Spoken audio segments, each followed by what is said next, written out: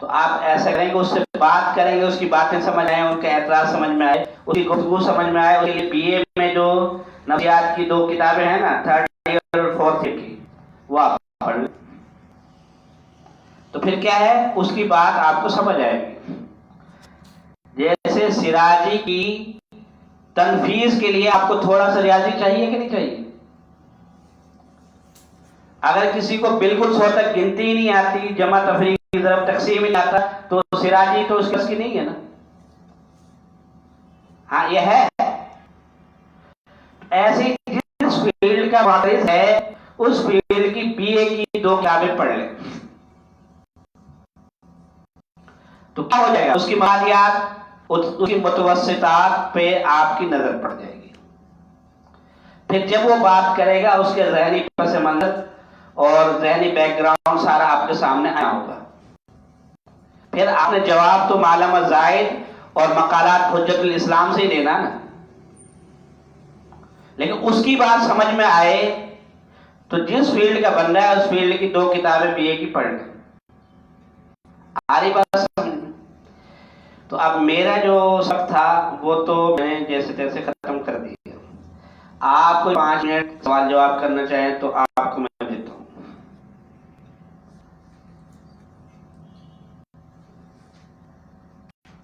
ہاں جی، ہے کوئی سوال جواب؟